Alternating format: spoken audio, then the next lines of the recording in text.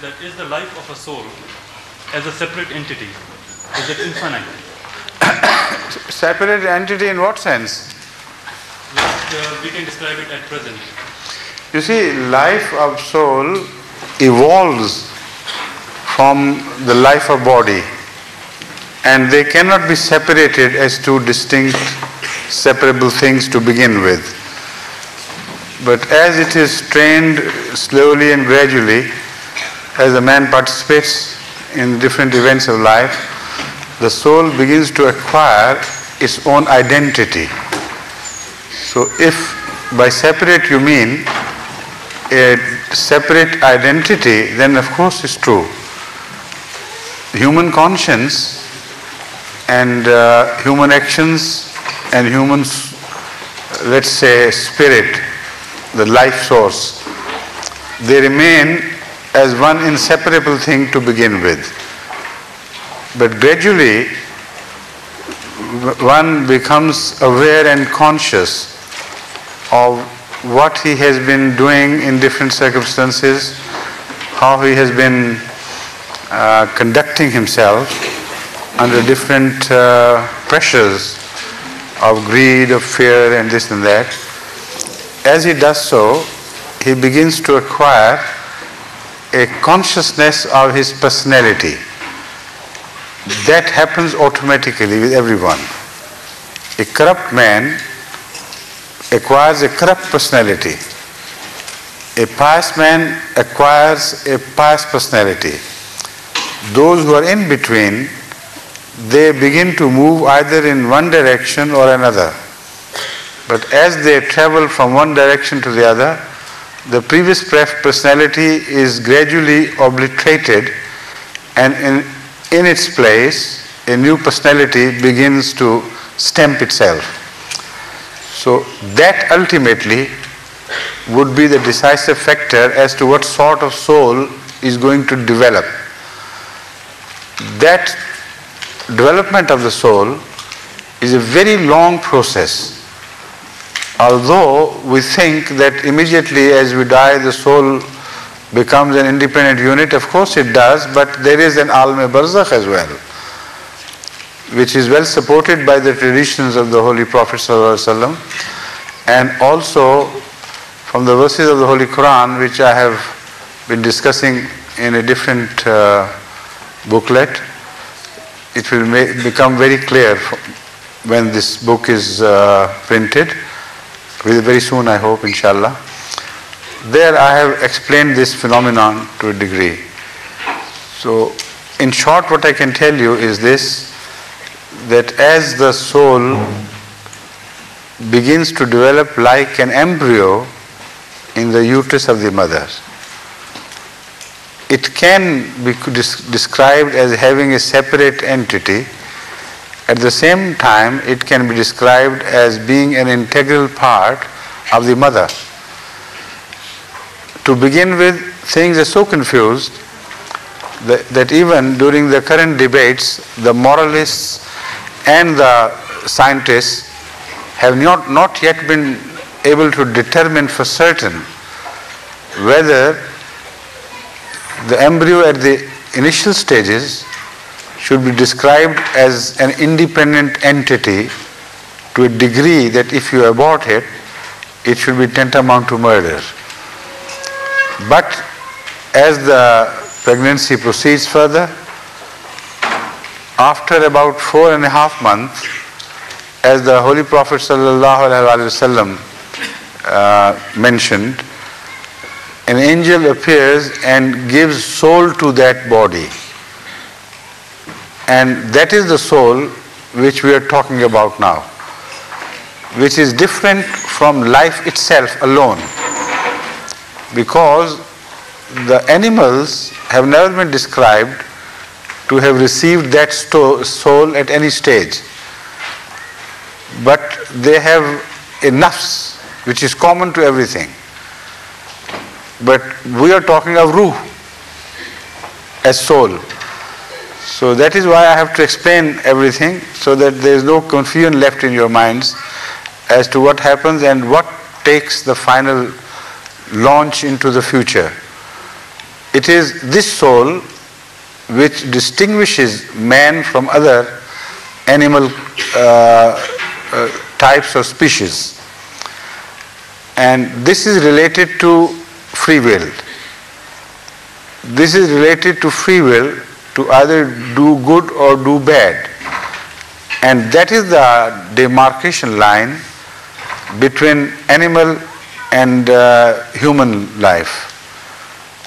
Because you know very well that animals never think in terms of goodness or bad, evil. They do things instinctively. So the proof that man has something additional, which we refer to as soul, can be well demonstrated by the behavior of man as compared to the behavior of lower types of life. So if a dog bites, he bites just by instinct. If he doesn't, he does so just by instinct. Similarly, the doves and other animals, down to the bacteria, behave in a manner which seems to have been fixed for them. They can't deviate. They have no choice. So the question of choice, it has become evident, relates to the existence of soul. This is what we call soul. That ultimate decisive factor in man, which consciously leads him on to evil or to goodness, that is what we describe as soul. So the soul develops according to man's way of life, how he conducts himself, and begins to receive impressions which become fixed character in the soul at last.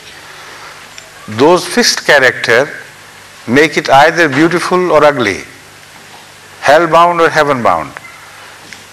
But it does not happen quickly, immediately after one dies. So the Holy Quran has spoken on this subject at length by the help of different examples, and makes us understand that as the initial soul, initial life form, which takes root in the embryo of the mother, in the embryonic form in the uterus of the mother, is so different from the ultimate child when it is delivered. The difference between the two is immense, in fact, truly unimaginable. But we see it as the embryo gets rooted and as the finished child is delivered. So according to the Holy Quran, that would be the difference between the souls which part from our body and the souls which are resurrected. In between, there is an indescribably long period, which is the period of slow, gradual development. So those things which are imprinted on the soul are like messages in genes. Those genes determine as to what would be the outcome in the form of the child. So they go on developing their message and giving them greater expressions as the messages, coded messages, become unfolded slowly and gradually. So from the study of the Quran, scenario like that is evident, to me at least. I can see it very positively. That is how the Quran describes the life to come in relation to the life which ends here. So although we think we are very, very conscious and wary of all that is around us, but if you internally analyze yourself, introspectively, you will find that most of the time our minds remain in a state of sleepiness, and very rarely we come to the very conscious, alert moments of life. Normally we are being carried away. So the Holy Quran describes this phenomenon with relation to the ultimate form of soul. It says suddenly you'll find yourself that your faculty of hearing and your faculty of seeing is immensely sharpened. It's intensely sharpened. So that is what I'm pointing out. There are two different references to this. First, when man is born out of nothing on this earth. Then the Holy Quran says, and lo, suddenly we make him seeing and hearing thing. While the dead matter, the chemicals and the physical things by themselves, by the internal law, cannot see nor can they hear. So the difference between the dead matter and the life, as summarized by the Holy Quran, is this: lo, we make him Samiyam Basira, something which begins to see and begin to hear. Now, having said that, when it turns to the rebirth of the soul, much later on, it uses the same style of expression, but only adding a heightened feeling and most intense feeling of awareness. Then the soul would realize what it had been doing, what it has come into, and then it will be able to see God as we thought we saw, but it would be different. Then the things of heaven or paradise which that soul will begin to enjoy, the reaction would be, we have been given things like this before. I mean, the player would be something which would be as if they were familiar with. The Holy Quran says they would be answered, no, certainly not. They are remotely similar things. You feel that you have seen them, but now they are being presented to you in a form as if they are new things. They are so intensified. Now, what is intensified is their faculty of feeling, their faculty of recognition and consciousness. They have been sharpened, and accordingly their prayers will be sharpened, and accordingly their sense of pain will be sharpened. So that would be an intensified hell and intensified heaven. So in the light of this, I don't know whether your question is answered or not, but this is the top type of soul we are talking about. Right? Thank you. Islamically, is there any other... Speak louder a bit, please. Yes? Islamically, is there any other allowed reason for abortion apart from if the mother is in danger? The Holy Quran positively prohibits application of abortion out of the fear of paucity of food. That is for economic reasons. It says it is a reflection on God, and a punishment is promised if one does this. But apart from that, as a whole, it speaks of murder. Don't commit murder. So when it speaks of murder, it says without valid reasons. So whatever differentiates between abortion and murder is the central message should be kept in view. If abortion becomes more inclined to murder, then it is positively prohibited and one would be answerable. Why should you describe it as not murder despite killing a being? The reason lies elsewhere. Only when you think that this smaller, comparatively insignificant life is threatening life of the mother, then this sacrifice will not be called murder. If again you find permission from Allah to kill life, like in so many other cases you get permission. So justification is to be sought.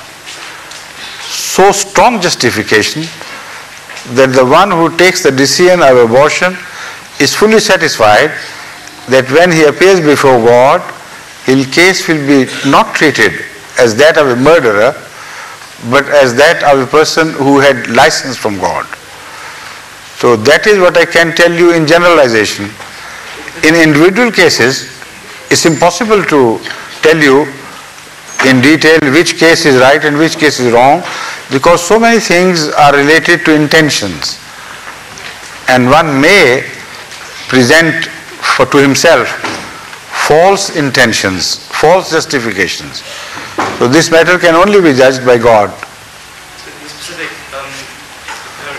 Now why is it that you are always obsessed by only this question? Because of our last so many meetings, you have been repeating this question alone. I haven't asked this question before. Other questions, please. No, because specific thing was children who are born with spina bifida. People who are born with spina bifida or without a brain. I mean, what's the point of them being born from that point of view? Spina bifida and encephaly conditions in which... Encephalus, etc. Yes, I know. Yeah. On that I have already spoken, haven't I? I have.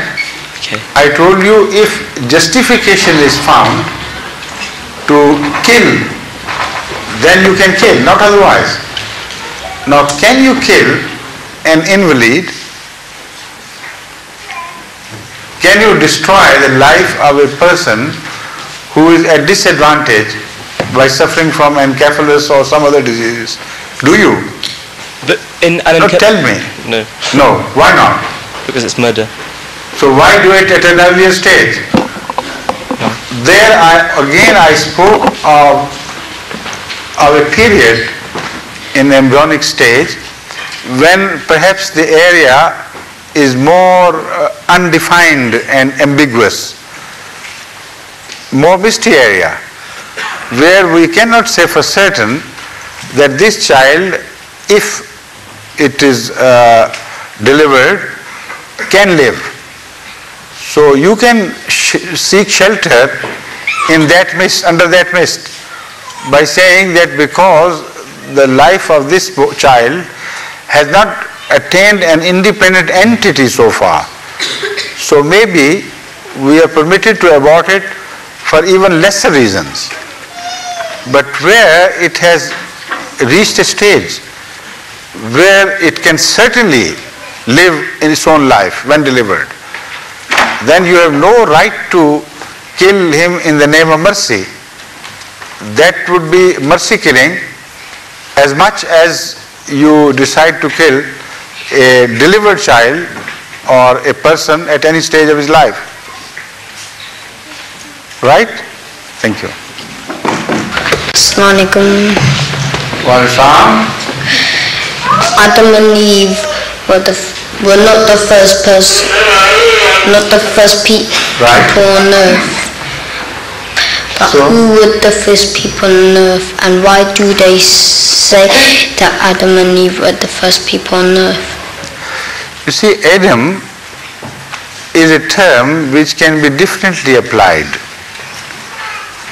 By Adam in religious terminology, we mean the first man who received revelation from Allah and was made a leader of men, receiving his authority from Allah. That Adam was most certainly not the first man on earth. And the Holy Quran is very clear and specific about it. That person who was the first Homo sapien, or before that humanoid, that person might have been one or two or so many. And the scientists are not yet resolved as to there being only one single ancestor of human beings, or there being so many different ancestors at different places on earth. So that is an event which is buried so remotely in the past, and of which very little evidence is so far available to us, that I cannot certainly say when it happened and who it was. Because the scientists who have been discovering the various fossilized or otherwise preserved specimens of early man are still in the process of trying to figure out how far ago life started, and wherever on earth it started. Did it start simultaneously in different places, or did it follow a single line? So because the knowledge is limited so far, I can't answer you on that end. Now this question seemed to be beyond your capacity to understand the answer, and I didn't see any recognition on your face either. So, have I been talking to Deadwood? Did you understand the answer? I hope so. No. Or you should have told me, please stop. Thank you very much anyway. You have been instrumental in enlightening others, I hope. Well, sound? Today scholars, some Muslim scholars, they believe and they write that Islam was spread by the might of sword, and they bases this argument on one of the hadiths, which narrates that once when non-believers or the Jews they waged a war against Muslims, Holy Prophet ﷺ, he commanded Hazrat Ali and handed him a sword and said that go and fight them until they all become Muslim. So we find this a little bit confusing here. I have discussed this subject in detail in my book Murder in the Name of Allah, particularly rejecting the Maududi stance on this issue. So if you had read that book, this question shouldn't have arisen. People, unfortunately, do not understand the true meaning of this teaching and why Rasulullah ﷺ at times said this. Now to begin with, to make it clearer to those who are not well versed with the Quranic teaching and the exposition of that teaching in words or in practice by Hazrat Rasulullah ﷺ, let me pose a question. If it was essential for Islam to be spread by sword until people accepted they should have been either killed or imprisoned or something should have been done, then why didn't Rasulullah ﷺ initiate this? Why didn't he order his followers to start murdering all the people in Medina until they believed? Do you have the slightest evidence to that? None whatsoever. So what you're talking is, it is a war situation. And a war situation where offensive was initiated without fail by the enemy, where through treachery those Jews you're talking about had already forfeited their right to live, because their own religious teaching had made it absolutely clear that if you come into covenant with the people and you break that covenant, the punishment for that treachery is murder and nothing but murder, killing by sword, subjecting you to sword. So according to their Sharia, this was the answer. According to Islam, traitors who despite being obliged not only by religion but by common norm, must not betray the cause of a people against whom a war is waged. They must be killed because of that crime. this is something which in fact has not a religious foundation. It has a foundation in human common universal understanding. All over the world, this is the answer. So the question is not why Rasulullah ﷺ ordered them to be killed. The question is why he gave them quarter under some condition. That is the only question which should be understood. And Rasulullah ﷺ gave this quarter only because God had prohibited killing of a Muslim by a Muslim. So even if during the state of war somebody genuinely accepted Islam, his life would become sacred. So it has a completely different connotation. No war was waged, never, to spread Islam. But if during any war anyone becomes a Muslim, then Muslims have no right over his soul, over his life, because we don't know whether he is genuine or not genuine. You can never rule out the possibility that such a man genuinely accepted Islam.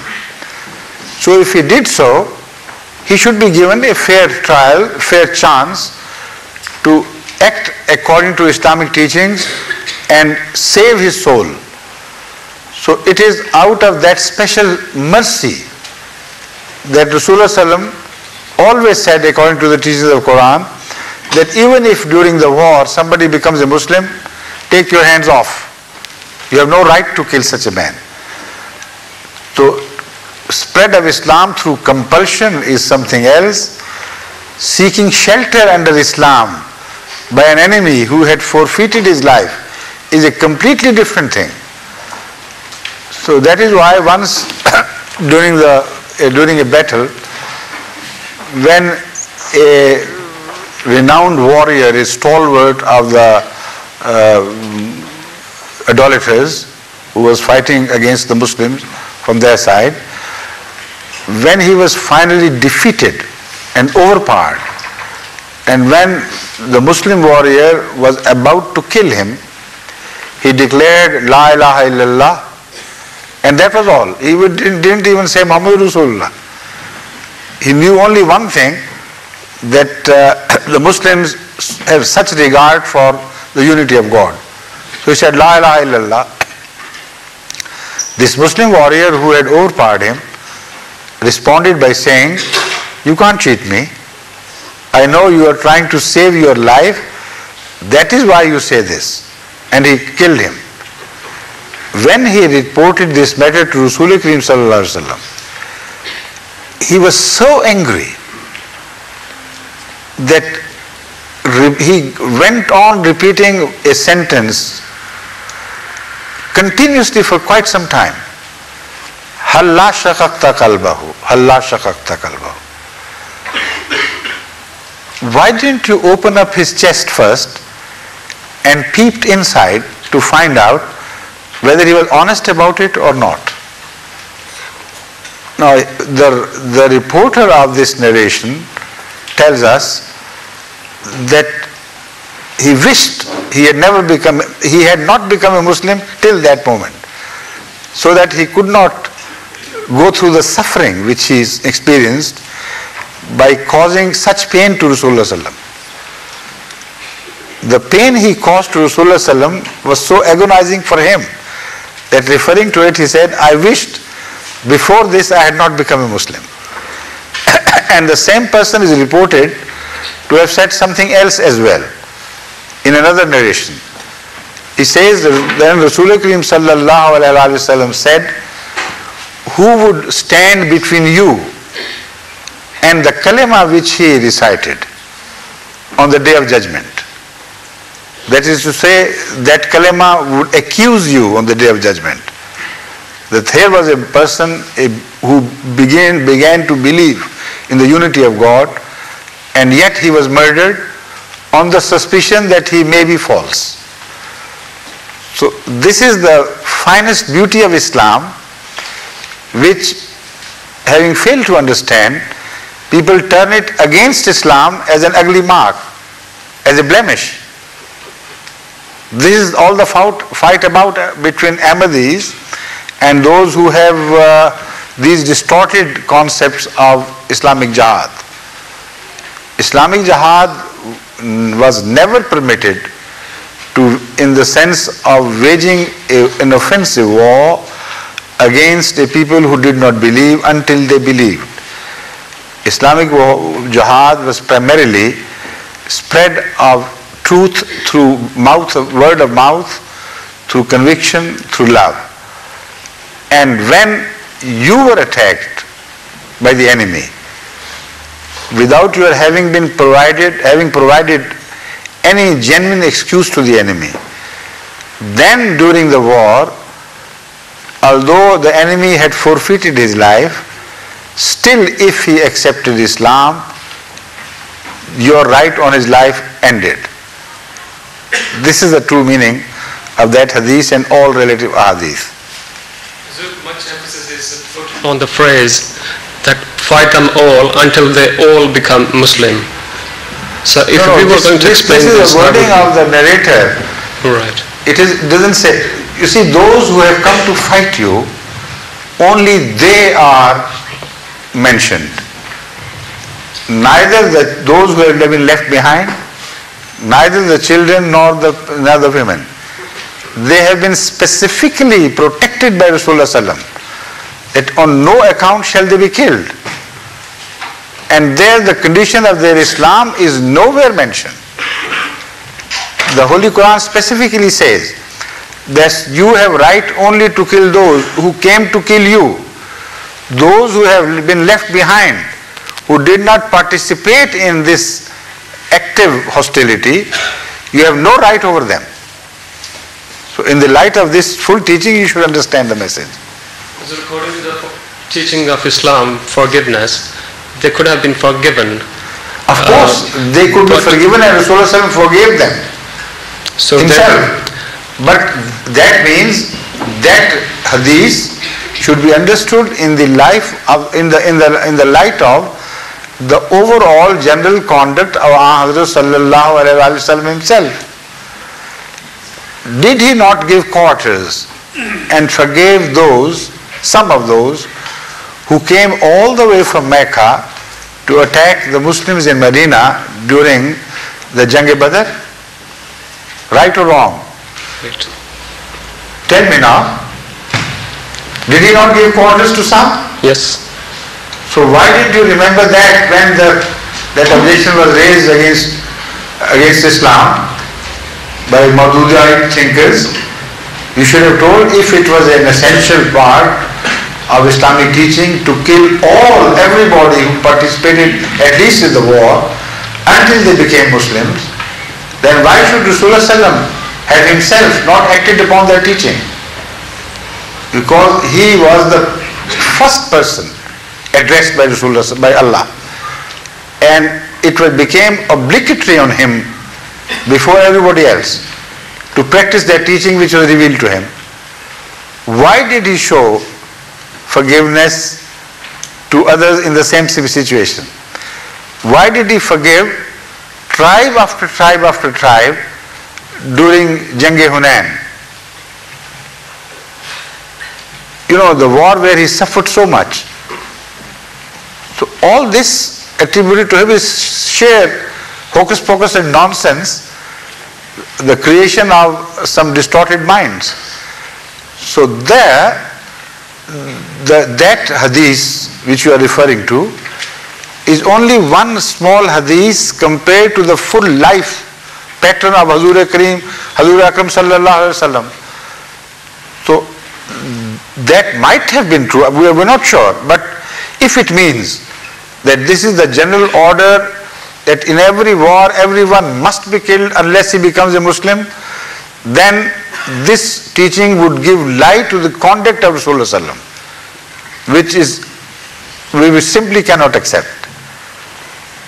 So that means maybe it was a specific situation, a war was waged against such people who had repeatedly broken their covenant.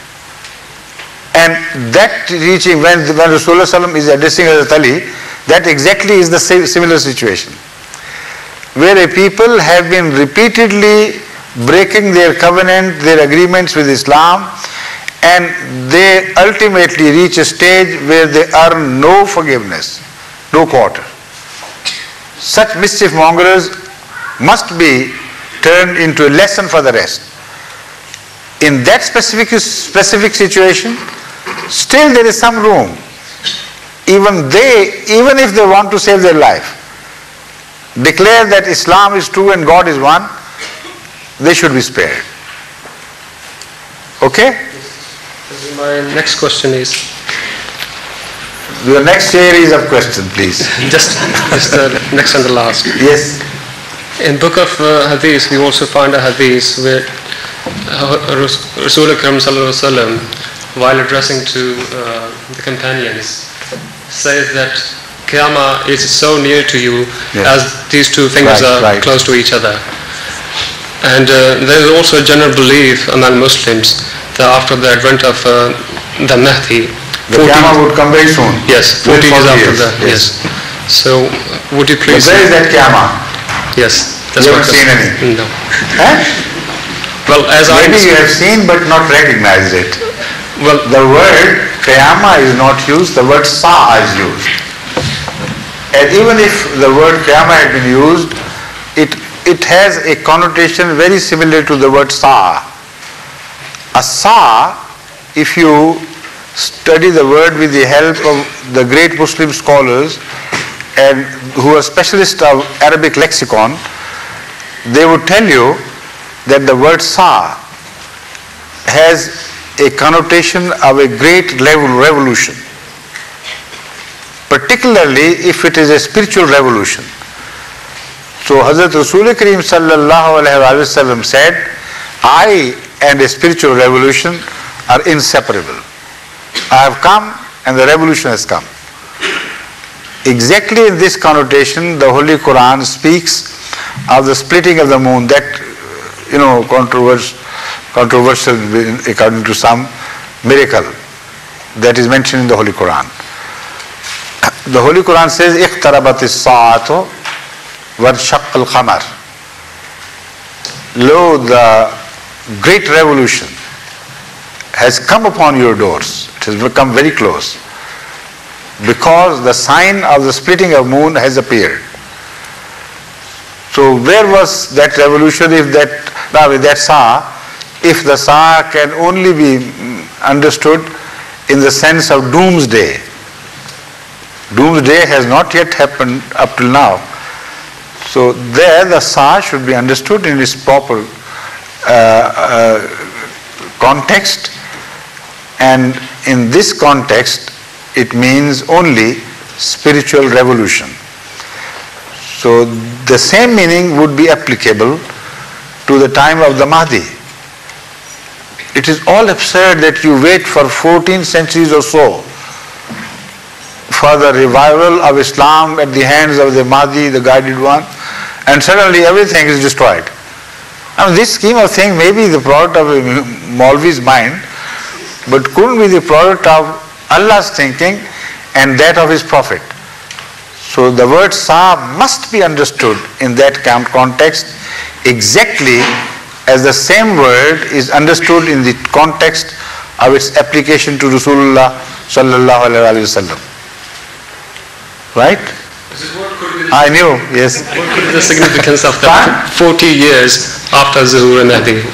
40 years is a word like 70 years, 80 years. Right. Like the Holy Quran says, Ahqaba, with reference to the hell. They will remain there, Ahqaba. Ahqaba means 80 years. While very clearly the Holy Quran at other places describing the duration of the same hell says it would be a time so long that it would appear to be unlimited. So these are the Arabic usages, expressions.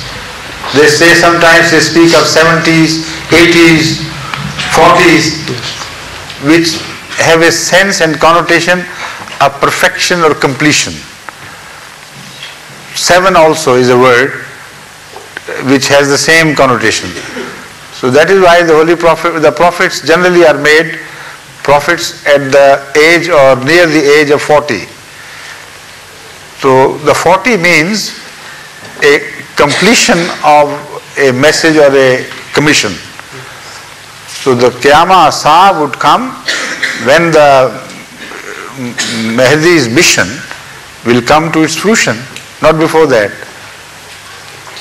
So.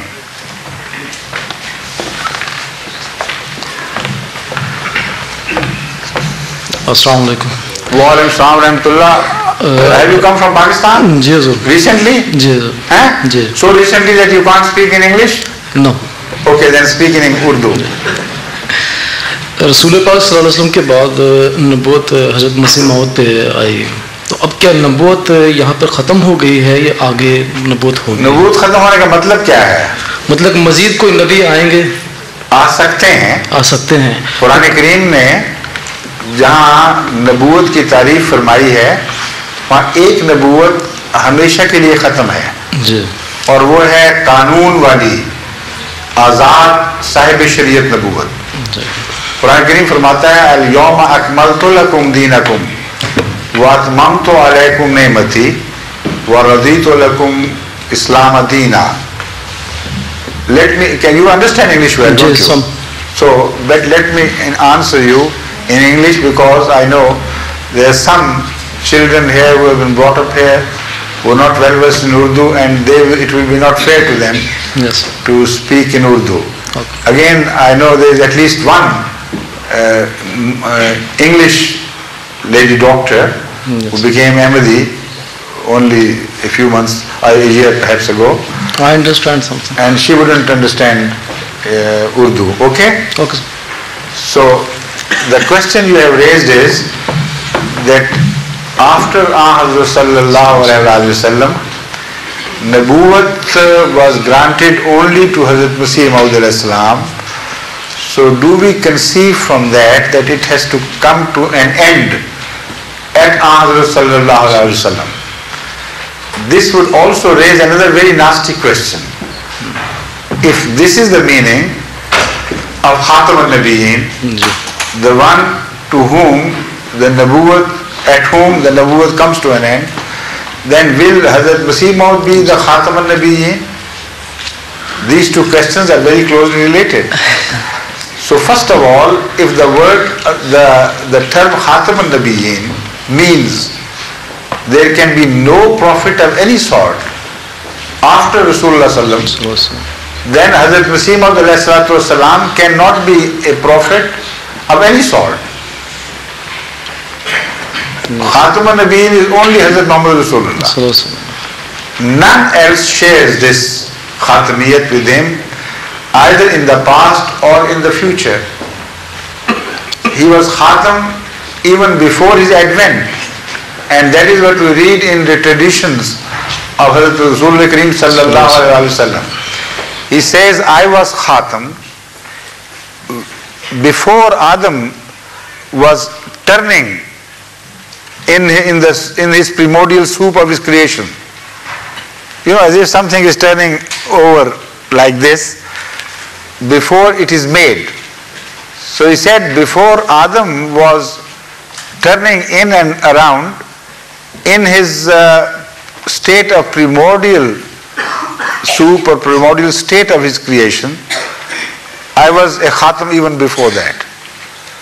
So if the word Khatam means there can be no prophet whatsoever in any form, in any sense, after the Khatam has come, then Rasulullah sallallahu alaihi wasallam was made Khatam before Adam. So the entire line of prophethood comes to an end there, should have come to an end. So the word Khatam should be first understood. The word Khatam in reality means the very top, beyond which nobody can even be conceived. The end of line in status, in position, in command. Over and above whom there can be no person belonging to that category.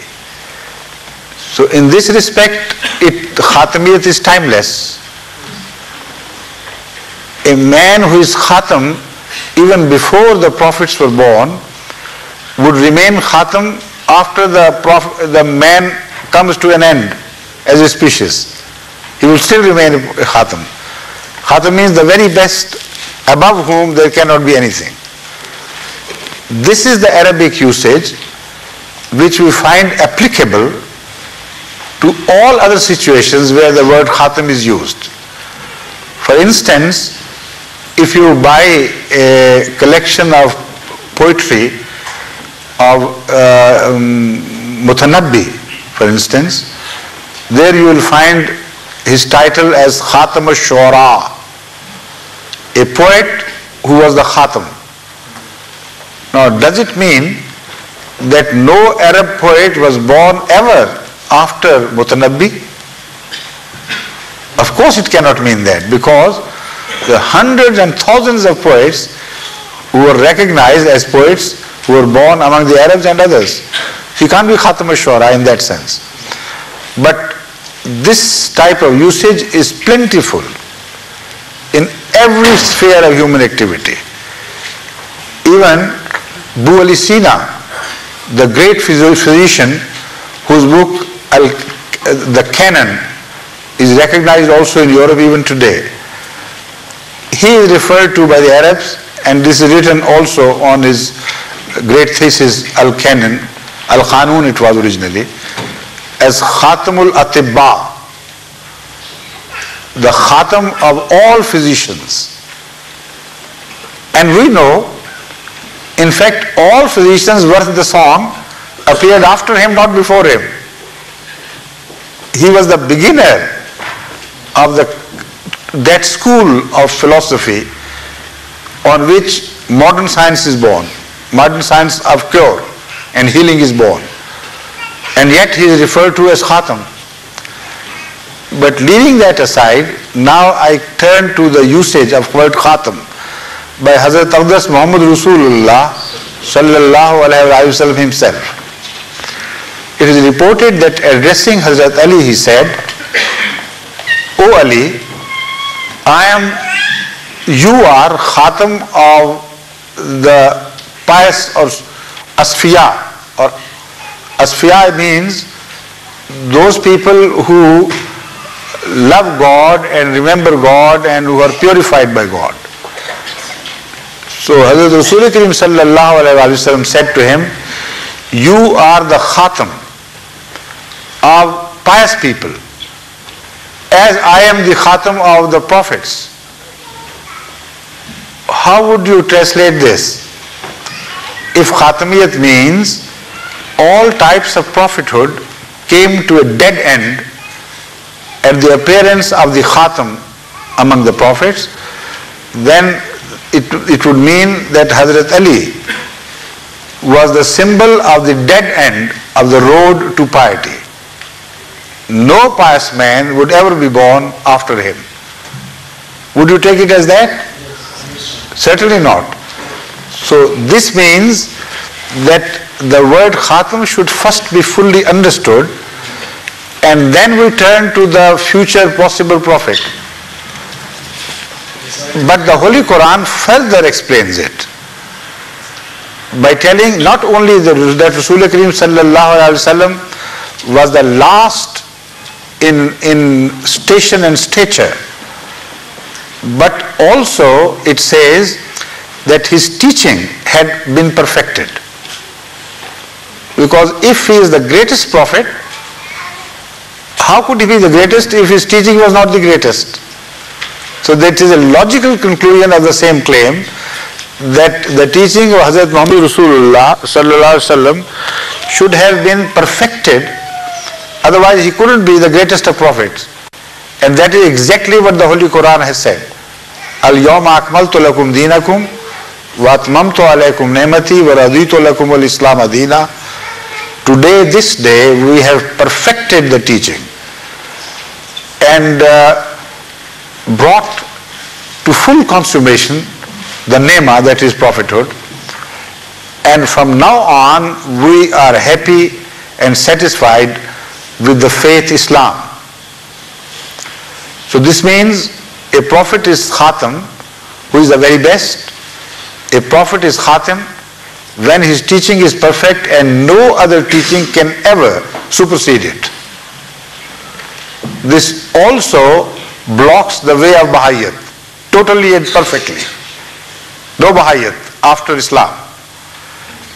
And then the Holy Quran also goes on building the same theme by describing what Khatamiyat is, by declaring that Khatam is a prophet after whom no independent prophet can ever come.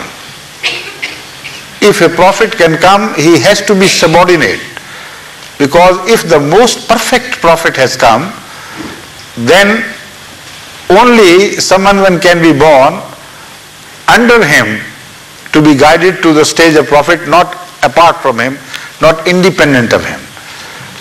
And this logical conclusion has also been made clear in a verse in Surah An-Nisa, where the Holy Quran says, وَمَنْ يُطِعِ اللَّهَ وَالرَّسُولَ فَأُولَٰئِكَ مَعَ الَّذِينَ أَنْعَمَ اللَّهُ عَلَيْهِمْ مِنَ النَّبِيِّينَ وَالصِّدِّيقِينَ وَالشُّهَدَاءِ وَالصَّالِحِينَ وَحَسُنَ أُولَٰئِكَ رَفِيقًا.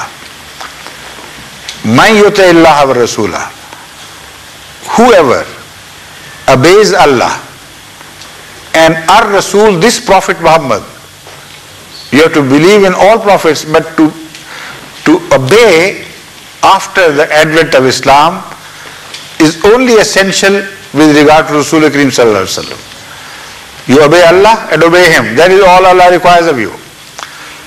If you do that, what would happen? Would you be punished or rewarded? Rewarded. In what sense? Will you be rewarded to a degree that previously all those were rewarded who obeyed other prophets, or less than that? Tell me. If obeying Muhammad, Musa for instance, or Isa or other prophets before them was rewarded, so also the obeying of Hazrat Muhammad Rasulullah is rewarded. Which reward should be greater, which should be less? Rasulullah also rewarded. Should be greater or less? Greater. Alright. So if by obeying other prophets, people were also rewarded to the status of prophethood, should it be denied to those who obey Hazrat Muhammad Rasulullah Sallallahu Alaihi Wasallam or not? Urdu में थोड़ा सा मुझे अगर पुराने अंबिया की पैरवी से, उनकी कामिल अताअत से एक इंसान को ये इनाम भी मिल सकता था कि वो नबूवत तक पहुंच जाए, उसे अल्लाह नबूवत अता करे, क्योंकि ये सबसे बड़ा इनाम है। तो रसूलुल्लाह सल्लल्लाहु पहले अंबिया से अफजल थे कि नहीं थे? अफजल थे उनसे। उनकी अताअत के बाद अगर ये ऐलान हो कि अगर नबूवत ढूंढनी है तो पुराने अंबिया की अताअत करो, इस नबी की अताअत में नबूवत नहीं मिलेगी, तो ये अजमत का ऐलान है या कमतर होने का ऐलान? रसूल पाक सल्लल्लाहु अलैहि वसल्लम पहले जो नबी थे उनकी, अगर कुरान ये कह देता जी कि अगर अताअत में तुमने नबूवत ढूंढनी है तो फिर तुम्हें पहले पैदा होना चाहिए था।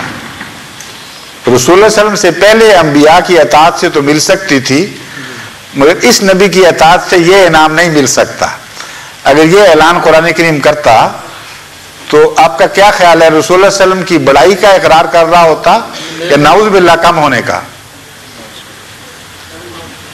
आपको तो ना अंग्रेजी समझ आ रही ना उर्दू समझ आ रही, पंजाबी बोल लो। नहीं, कम होता है मेरे ख्याल में, कम होता है। हाँ बिल्कुल ठीक है, जोर से कहें, बिल्कुल सही है, यू आर क्वाइट राइट। असल में हुजूर आपको बहुत अरसे बाद देखे, इसलिए कोई बात नहीं हो रही है। सुना तो नहीं अरसे के बाद, आपको सुनने की बात हो रही है। Now I come to return to English again, please, if you permit me. I was telling you that the Holy Quran makes a declaration. Only the title is what I have just read to you. The title is before that declaration. مَن يُطِعِ اللَّهَ وَالرَّسُولَ. whoever obeys Allah and this Prophet, what do you expect? Announcement of a reward or a punishment? A reward, of course. Announcement of a reward of an ordinary nature or of the highest degree. Because the Prophet is highest, what is going to be announced later has to be of the highest degree of a unique quality. Right? And that is exactly what the verse declares before it ends. It says, وَمَنْ يُطِعِ اللَّهَ وَالرَّسُولَ, whoever obeys Allah and this Prophet Muhammad, فَأُولَٰئِكَ مَعَ الَّذِينَ أَنْعَمَ اللَّهُ عَلَيْهِمْ. From now on, only these will be the people who will be the recipient of rewards from Allah. All the rest have been cut out. So it's an announcement of a unique nature. The Holy Quran says, Ulaika, that is hasar. Those who know the Arabic grammar, they know what I'm talking about, and all scholars agree on this. فَأُولَٰئِكَ مَعَ الَّذِينَ أَنْعَمَ اللَّهُ عَلَيْهِمْ is an expression of which is referred to in grammar as hasar, which means from then now on only these people will receive the favors of Allah. It does not mean small favors will be denied to others. It means the favors, recognized favors, the offices, spiritual offices which have been mentioned in the Quran will be now reserved for these people. What are those offices which are called favors? You know that? The Holy Quran goes on building. Nothing is left to your imagination. It says, فَأُولَٰئِكَ مَعَ الَّذِينَ أَنْعَمَ اللَّهُ عَلَيْهِمْ. These are the only people now who will receive favors of Allah. مِنَ النَّبِيِّينَ. These will be from among the prophets. وَالصِّدِّيقِينَ. And from among the righteous who are entitled Siddiq, like Hazrat Abu Bakr. وَالشُّهَدَاءِ. And these will be the people who will be entitled Shaheed. وَالصَّالِحِينَ. And ordinary righteous people, the lowest rung of status in Islam. These are the four status which are rewards for goodness. And the Holy Quran binds all these four to the obedience to Rasul Kareem Sallallahu Alaihi Wasallam and God, of course. If there was no type of prophet possible after the advent of Hazrat Muhammad Rasulullah Sallallahu Alaihi Wasallam, why did God forget it when He revealed this verse? Had He forgotten that some time ago He had declared that there will be no prophet after Hazrat Muhammad Rasulullah Sallallahu Alaihi Wasallam? There can't be any consistency in Allah's word. That is what the mullah should understand, please. This verse is very clear in its message. It says that if you truly believe Allah and Rasul, this Rasul, now it depends on your degree of obedience. And if you also obey them, then no office is denied to you, even prophethood. From among the obedient servants of Muhammad Rasulullah, they will be prophets. They will be Siddiq, Shaheed, etc., etc. So the Holy Quran has not grudged any believer who truly obeys Hazur Akram Sallallahu Alaihi Wasallam any office. How can mullah snatch that office from us? So this is the issue which in fact you raised as a question. So no Ahmadi can say that Hazrat Masih Maud ﷺ is Khatam. There is no Khatam but Hazrat Muhammad Rasulullah. No Ahmadi can even claim that he is the last of prophets of any sort. Because this verse will remain in the Quran even after Hazrat Masih Maud ﷺ. He has gone back to his master, like all of us will. but the Quran remains. If you recite Quran, even today it will be giving you the message. وَمَنْ يُطِعِ اللَّهَ وَالرَّسُولَ فَأُولَٰئِكَ مَعَ الَّذِينَ أَنْعَمَ اللَّهُ عَلَيْهِمْ. Whoever obeys Allah and this Prophet will be rewarded, and the rewards would be in the form of his being a prophet, a siddiq, a shaheed, a saleh. So how can you take a position contradictory to this message of the Quran? But we don't know. All we can say is, we don't know. If a prophet comes, he will have to support his case with the help of the verses of the Quran, with the help of the traditions and clear prophecies of Hazrat Rasul Akram sallallahu alaihi wasallam. If he does that and proves his case, then of course he will be accepted. Otherwise he will be rejected. Right? Jazakallah. Wa alaikum rahmatullah. I'm asking this question on behalf of a young lady who is present here. Yes. She says that her teacher often says in class that according to her findings, Sanskrit is the first language of the world. The teacher should restart her learning of the subject of languages, because she is talking of the past ages. There was a time when Maxwell presented this idea that Sanskrit was probably the first language known to man. But the later generation of scholars have unanimously rejected this. They say there is internal evidence in Sanskrit which rules out the possibility of Sanskrit being the first language. So they are in search of other languages. Hazrat Masih Maud alayhi salatu wasalam was told by Allah through a revelation that the first language was Arabic. And more scholars now are turning in favor of Arabic. And a book written on this revelation by Hazrat Masih Maud alayhi salam is entitled Minanur Rahman. This has also been translated into sort of English. Not a good translation, but anyway, one can understand. So this girl should be advised to give this book to that lady, and if she still insists that she is right, more evidence should be provided to her in the form of the books of Hazrat Sheikh Muhammad Ahmad Sahib, late Sheikh Muhammad Ahmad Sahib, who has developed the theme built in the Al-Minanur Rahman and taken up language after language to trace that language back to Arabic scientifically, based on the 12 principles which have been mentioned by Hazrat Masih Maud alayhi salam in Al-Minanur Rahman.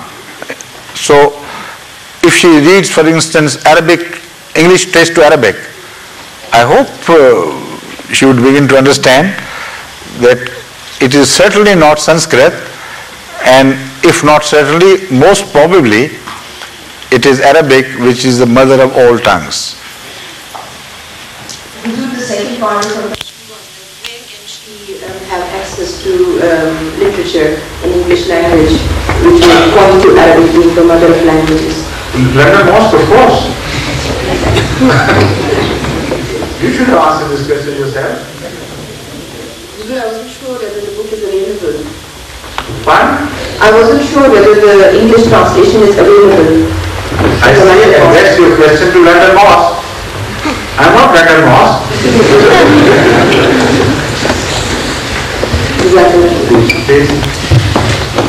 Yes, go ahead. Assalamu alaikum, Wazir. Indirectly linked to the question of abortion, what is the Islamic point of view on euthanasia? On euthanasia? Yes. There is mercy killing. Yeah. I've already explained. In particular, I was thinking... Whether you call it euthanasia or mercy killing, virtually it is the same thing. Right. So I've already answered. In particular, I was thinking of... You can't kill even yourself. So there lies the answer of every sort of killing unless it is specifically justified by God, in case where you have been attacked, for instance, you have the right to defend your life.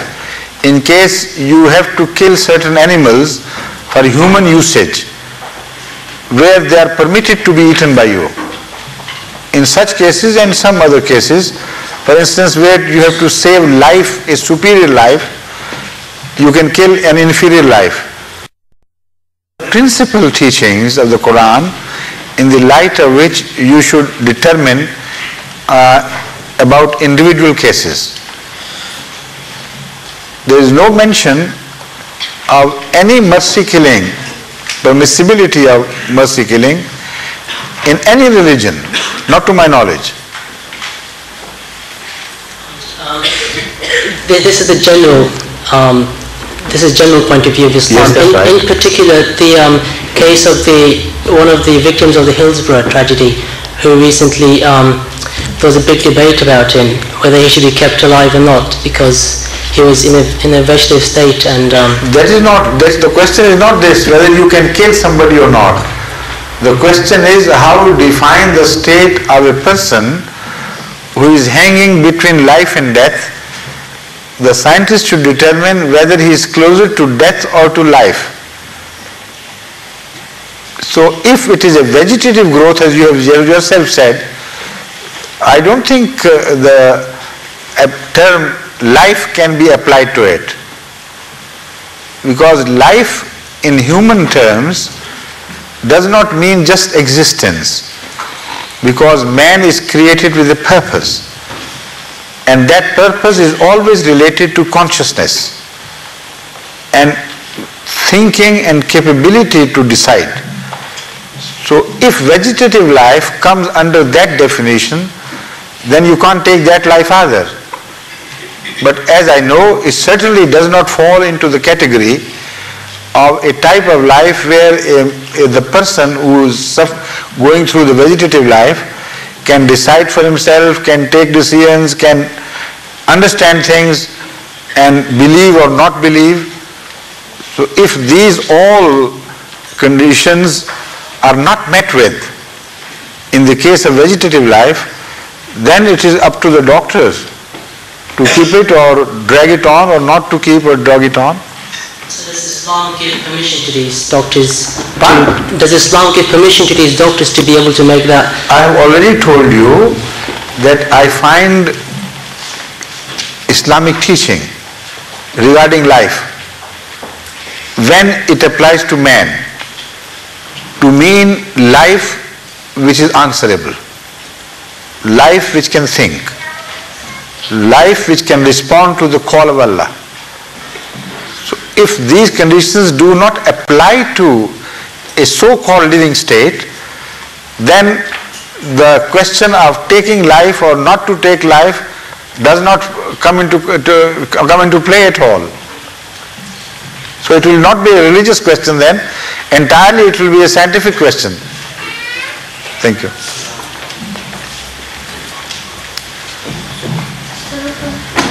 Oh yes. At school. You are Samar Farooqi? Nasser Farooqi. Nasser. Right. At school in history lessons we're taught that Saladin was a bad man, and in other books we're taught that he was a good man. What do you think? Tell me your personal opinion. I'm not sure.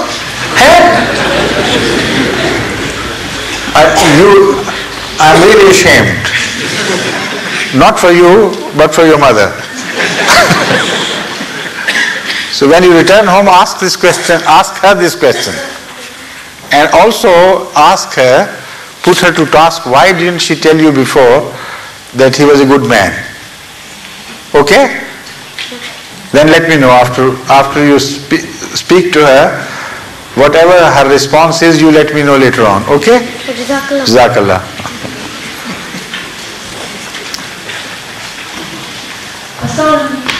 Welcome.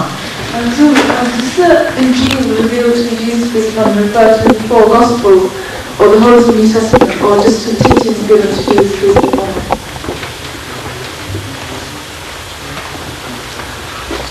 Amanda, Faruqi, please come to our help. Those who I will ask her to repeat it, please. Does the Injil revealed to Jesus, peace be upon him, refer to the four Gospels of Mark, Matthew, Luke and John, or the whole of the New Testament? The word Injil? Yeah. Do you know the meaning of gospel? That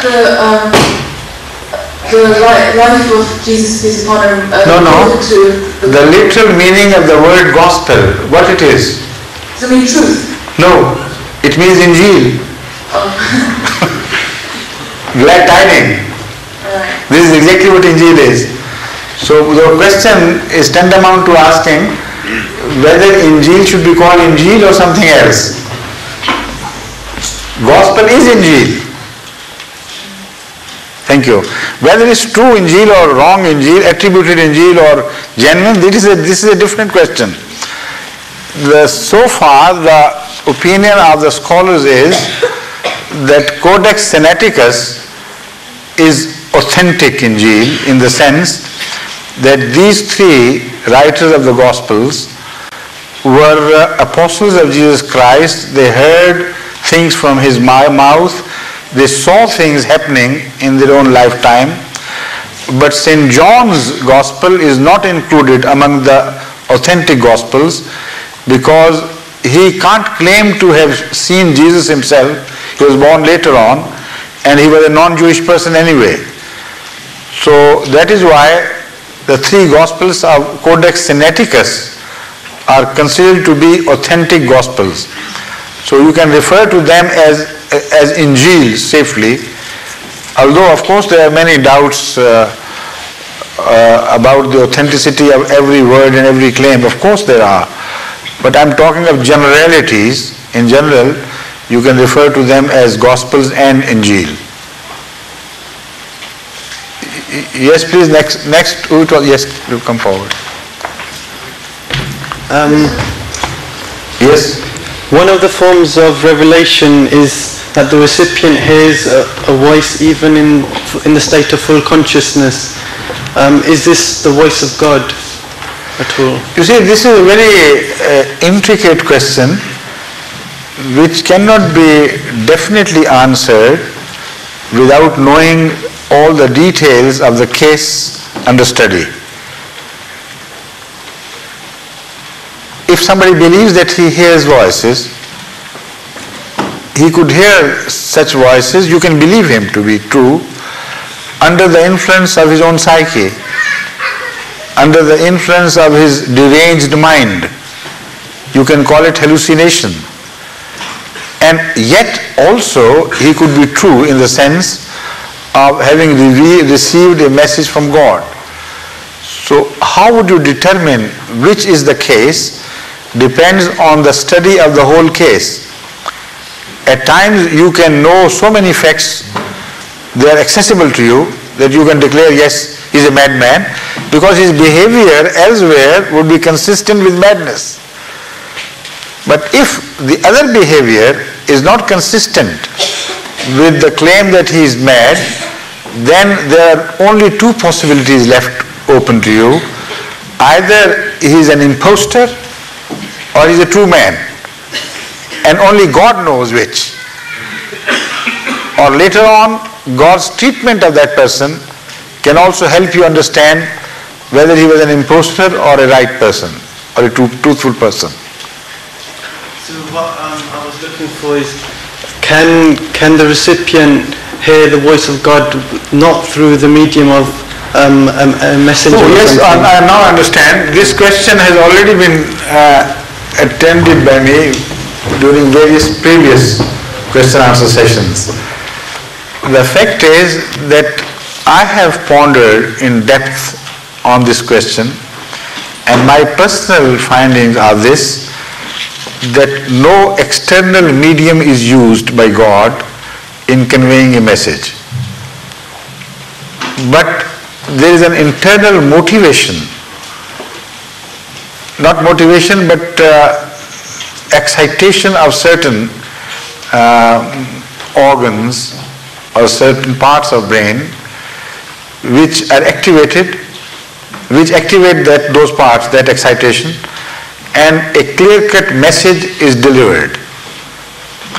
Now this can happen psychologically by itself, through disease, through other excitations. But the result would be just mumblings, a message which may be a sort of message, but it will not carry weight. It will have no internal proof that it was delivered by an all-knowing being and an almighty being. So these are called Azghasul Ahlam. Like when the Malik saw a dream from Allah, he was one of the kings of Egypt during the time of Hazrat Yusuf alayhi salatu wasalam. When he related this dream to his courtiers and wise men, the answer was Azghasul Ahlam. This is one of your own excitement of your psyche, which has appeared to you in the form of the dream. Otherwise, we don't read any message into it. But when the same dream was related to Hazrat Yusuf alayhi salatu wasalam, he being a divine man, a godly person, he immediately recognized this dream to be carrying a divine message. So that is what I am trying to impress upon you, that in generalities you can't decide, because the dreams or messages, the ilham or whatever you call it, from God have a very clear-cut internal evidence which can be recognized immediately by godly people. But by others, these messages are only recognized when they come to be fulfilled. So until that drought took place, until that famine enveloped the entire area of Egypt and beyond, nobody could understand the meaning of this dream. Only Yusuf was the only single witness to this. And when these things began to be unfolded, then the whole world knew, of course, it was from God. But if it had been the product of one's disturbed psyche, then nothing could have happened. How could a man's psyche bring about great changes in the climate and so on and so forth? So there's so much which depends on the case study, which we don't know when we discuss these things in generalities. So if you have a particular experience in mind, and if you come to meet me and inquire from me, maybe I would be able to help you, to guide you on to the ultimate answer, that is, whether this experience is from God or just a psychic product. So we are not particularly looking for whether it's from God or a psychic product. What I was really looking for is the phenomenon itself. The phenomenon is very positively an internal excitement of such a mechanism as has already been provided by God to all living beings. Even cats dream, even mice dream. So the dream is a phenomenon, and even also the cats and dogs, etc., they sometimes are under the illusion that they are hearing voices and they react to them. So this is a phenomenon common to life. When the life enters the stage of humanity and becomes man and woman, then this phenomenon occasionally is taken over by God to deliver His messages.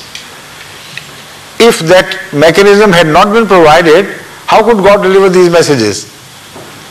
And if He used the common source of external media, then everybody else would hear as well. When I am talking to you, externally the message is carried through waves, sound waves, and everybody else shares this. So how could God deliver a message specifically and only to a person if He used external media? That is what I am trying to explain. The media has to be internal. but there have also to be signs so that we can differentiate between a divine message and a non-divine psychic process.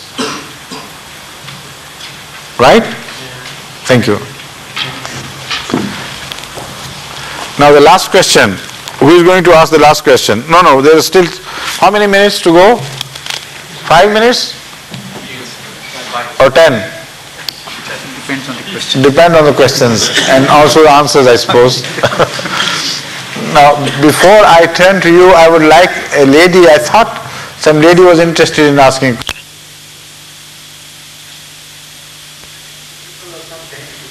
You heard from the E section. It was a continuation of that question on Injil. What? On Injil, the lady was saying that she wanted to ask whether Acts and Romans are also part of Injil. Would we consider them as part of Injil or not? They are not called Gospels, are they? No. So, they are not Injil. Right. They are letters written by certain so-called holy people or real holy people to some non-descript people. You know, the address is to someone who could be anyone. It may be a name or just a description. So we don't know who received those letters or whether ever those letters were written to a specific person or not. Only I'm inclined to believe that they were used as instruments of propagation for anyone. So they were like preaching attempts, scholarly writings, or proliferation of people into Christianity. But they are not Gospels. Yes, please. Yes, please. Please lift him to the chair, and some interpreter should also reach him, because generally I fail to understand his question and I accept defeat before he starts asking. Are we allowed to celebrate birthdays, and if not, are we allowed to receive presents? The second part I understand. The first part is what? Are we allowed to receive what? And if not, are we allowed to receive presents? During your birthday or otherwise? In relation to your birthday or otherwise, what do you mean by presents? Just presents or birthday presents? Birthday presents. We do not celebrate birthdays.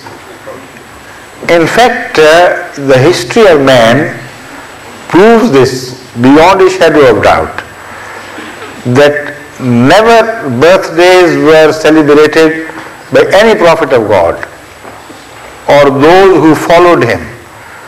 But birthdays have always been related to the idols, to the imaginary gods. Birthdays were celebrated in Greece, in relation to the birth of some imaginary Greek gods. Mythological creations. Birthdays were also celebrated with regard to Zeus, to Sol, the sun god, etc., etc., in Italy. And in all other parts of the world, birthdays have been in the past celebrated with relation to some imaginary fake gods. That we know. So it's not a good example to follow. For us, the example of prophets is good and well, enough. So Ahmadis don't celebrate birthdays, because then they will be imitating the wrong people and the imaginary gods. We don't want to do that. Okay? Thank you. And no presents, please. In relation to birthday, I mean. Now the question, the last one from you, please.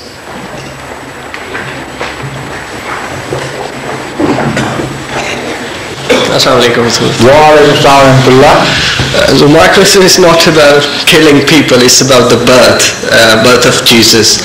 So long time ago I read a book about the birth of Jesus. It was written by probably Mr. Ahmad, who belongs to another Lahori Jamaat.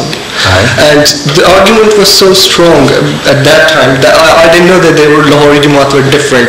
That I was convinced that I started believing that Jesus was not born by the Spirit of God. Do you remember? Hazrat Isa alayhi salam. Of course, he was not born of the Spirit of God. We all agree. Right. But that's the problem. Sometimes I find very difficult. You see, the Holy Quran is so clear and specific on this that Jesus was born while no man had touched Mary. Right. You see? Yes. So what do you call it? A miraculous birth or a normal birth when husband and wife meet and they produce children? The Holy Quran positively speaks of Mary being virgin while no man had touched. And the incident is described not that of marriage, but of an angel appearing to Mary, telling her that I have brought the glad tidings to you of a special son who will be gifted to you by Allah. He will be a very special thing. And the Mary answered,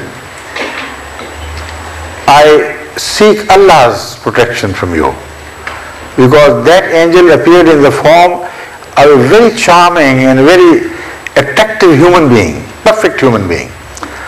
So Mary must have read some ulterior motive or intention in that glad tiding. So she responded, I am not an unchaste woman, nor ever was my mother or those from whom I have descended. So I seek protection of Allah from you. How can I bear child when no man has touched me? The answer was, Kazalik. It is Allah's will. It will happen just like this. So after that, how on earth can you conceive Mary to have delivered a child with the aid of a man? I don't see what more powerful arguments you found in that book than the one I have presented to you now. Okay, so believing this, when we believe this, then find very difficult when we talk to Christians that they say that because Jesus' birth was sort of miracle, yes, so it's an advantage over the others that were human being. So no, that is not the case at all. According to the Bible, the Old Testament, there is one verse quoted particularly in this regard by Jewish scholars, which say that the meaning of this verse is that Adam was hermaphrodite. He was provided by God with both the sexes, and that is how he gave birth to Eve. So this question has been agitating them as well. How could Adam, being a male, give birth to Eve?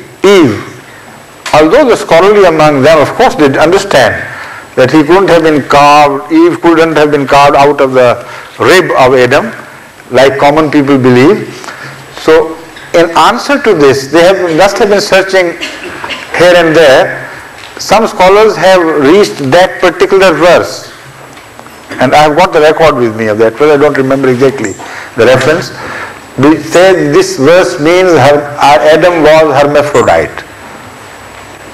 And the Holy Quran reminds us, those who doubt the virgin birth, in response to that and to claim that because he was born without father, so he has to be God, reminds us that his birth is similar to that of Adam.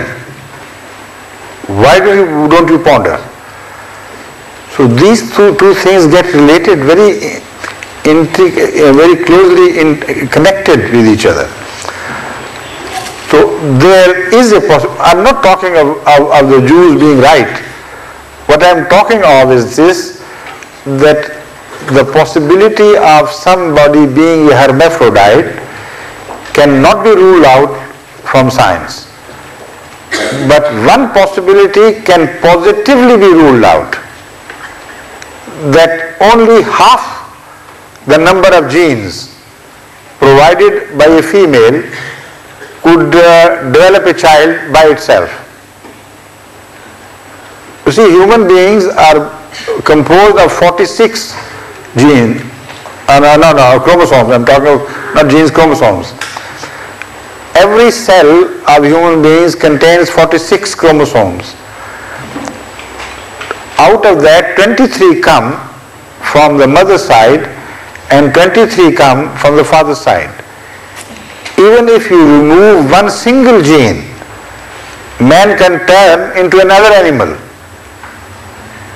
How can you reduce the number to half and yet expect a man to be born? It's impossible. So what is impossible they believe in. What is likely they reject. So it's sheer absurdity. If they must determine things by science, then it will be much safer for them to believe in a scientific explanation, which is difficult, of course, to conceive, but not impossible. Right? Thank you. After the last question, who wants to ask the question after the last? 2 children and 3. It's relating to the previous question. But there could be so many relating to the previous question. But instead of, you better wait for the next session, okay? And I would turn to a child. I think we should be kinder to children.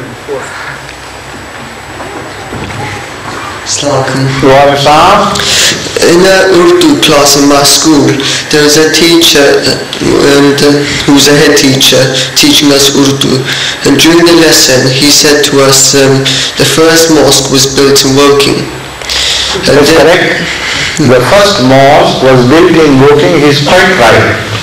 But that mosque was not built for the purpose of worship. It was built as a monument. Not by Muslims, but by a British Christian who was fond of creating a monument for the benefit of the British people in general and the tourists, of course, so that they could see something like the building where the Muslims worship. So he collected money from various kings and other sources. So this was built as a monument for a mosque. Monument which would introduce how we worship. The first ever mosque built for the purpose of worship, not with the help of charities given by the kings, but with the help of contributions, willing contributions by Muslim ladies, was this mosque which we refer to as Fazl Mosque or London Mosque. So you can tell him that part of history which he doesn't know. Okay? Yeah, but afterwards, another person, a boy who's a Shia, read a local newspaper and said to the teacher, the first mosque was the London Mosque. He said? Yeah. Okay, you were right in that sense as I have described. Yeah. Thank you very much. Exactly. Matthew Arnold was the principal of Oriental College Lahore. He built it. Matthew Arnold. And the name of the British, the Englishman who had the idea of building the monumental mosque in Woking was Matthew Arnold, who was the principal of which? Oriental College Lahore. Oriental College Lahore. according to Aftab Sahib, Amir Sahib here, the name of the person who got the idea and who ultimately got it carried out was Matthew Arnold, who happened to be once upon a time principal of Oriental College, Lahore. Okay, now please, the last question, the real last one this time. What is your opinion regarding fireworks? Fireworks.